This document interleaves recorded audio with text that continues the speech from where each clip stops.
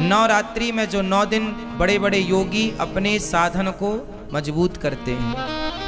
ये 9 दिन आप जो भी सिद्ध करेंगे, जो भी जप तप पूजा करेंगे, वह सिद्ध होगी। इसलिए 9वीं सिद्धिदात्री चा, इसलिए 9वें दिन को क्या बोलते हैं? सिद्धिदात्री। मतलब हर कार्य की सिद्धि देने वाली। प्रथमम शैलपुत्री हैं तो दूसरी 9वीं सिद्धिदात्री,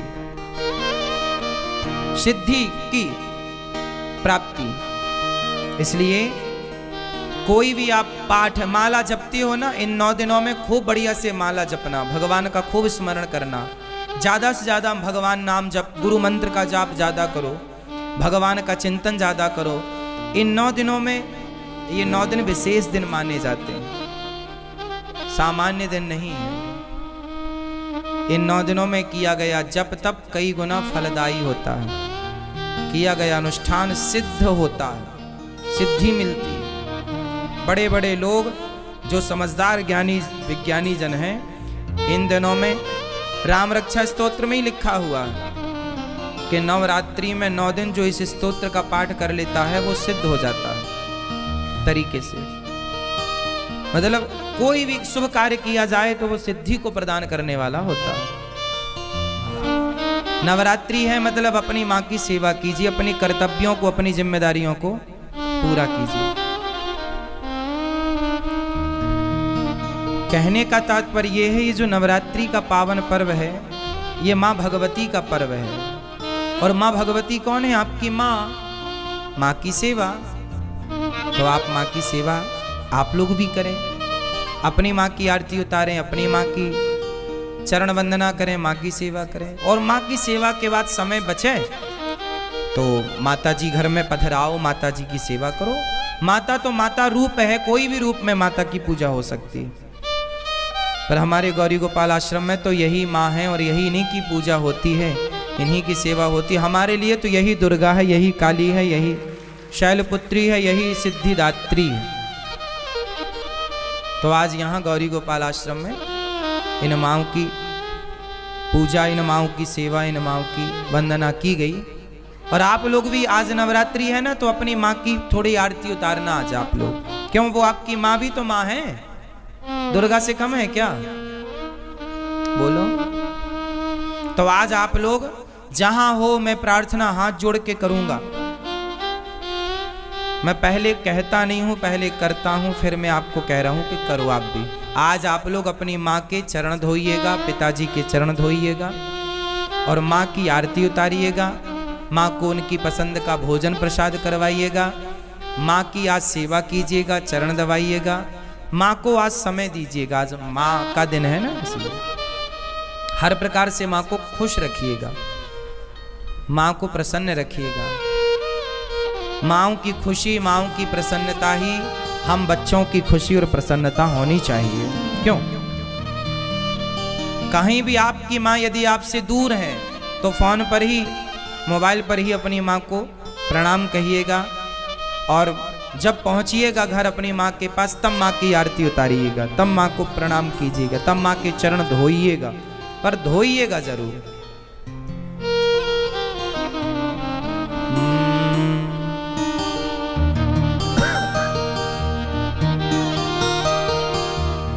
इसलिए माँ की वंदना, हम लोग भूल गए हैं अपने संस्कारों को, कुछ याद नहीं है अब हम लोगों को। इसलिए कौन कौन मेरी बात से सहमत हैं कि आज से हम अपनी माँ को आरती उतारेंगे, उनको माला पहनाएंगे, उनकी सेवा करेंगे, उनको खुश रखेंगे? करेंगे ना? माँ बाप की पूजा ही कर लो साहब। दुर्गा मैया तो बहुत खुश है। दुर्गा माँ उनसे ज्यादा प्रसन्न होती हैं जो अपनी माँ को, अपने पिता को खुश रखते हैं। कोई अपने माँ बाप को छोड़ करके, अपमानित करके और तीर्थ यात्रा करे और वैष्णव देवी की यात्रा करे और पैदल चढ़ाई चढ़े। आज विडंबना देखिए ना, एक बेटा वैष्णव देवी की यात्रा करने गया, मैंने सुना है वैष्णव देवी की यात्रा बड़ी लंबी है और पैदल चढ़ाई चढ़नी पड़ती है। कई किलोमीटर ऊपर वो पैदल चढ़ करके गया, वहां पहुंच गया माता जी के दरबार में चरणों में, लेकिन उसकी माँ उसकी गली के दूसरी गली में रहती है।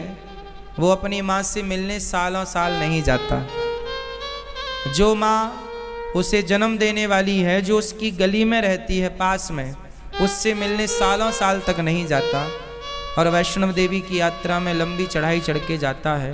जाना बुरा थोड़ी है, माँ भगवती का दर्शन करना अच्छी बात है।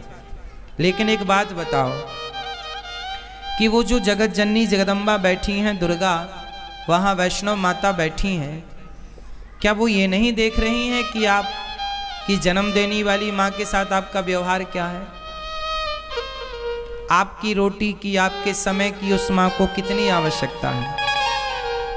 आप उस माँ को कितना समय दे रहे हैं? इसलिए हर घर में एक दुर्गा ऑलरेडी है। इसलिए आज जो माता जी आप लाएंगे उनकी तो पूजा आरती कीजिएगा, पर जो माता जी ने आपको लाया है इस धरती पर, उनकी भी आप पूजा आरती जरूर कीजिएगा। एक माता जी वो हैं जिन्हें आप लोग लाते हैं, और एक माता जी वो हैं जिसने आपको लाई है। तो आप जिसे लाते हैं उनकी तो आप पूजा आरती करते हैं, पर आपको जिस माँ ने लाया है संसार में, आप उससे भूल जाते हैं। क्यों जी, ऐसा हो रहा है? इसलिए आपको हम तो केवल आपके भाई के नाते, आपके दास सेवक के नाते, हम तो हर त्योहार आपको याद दिला देते हैं कि त्योहार आया भैया, इसे ऐसे ऐसे मनाओ, और हम मनाते हैं अपना, वैसे आपको समझा देते हैं ऐसे करो, है ना।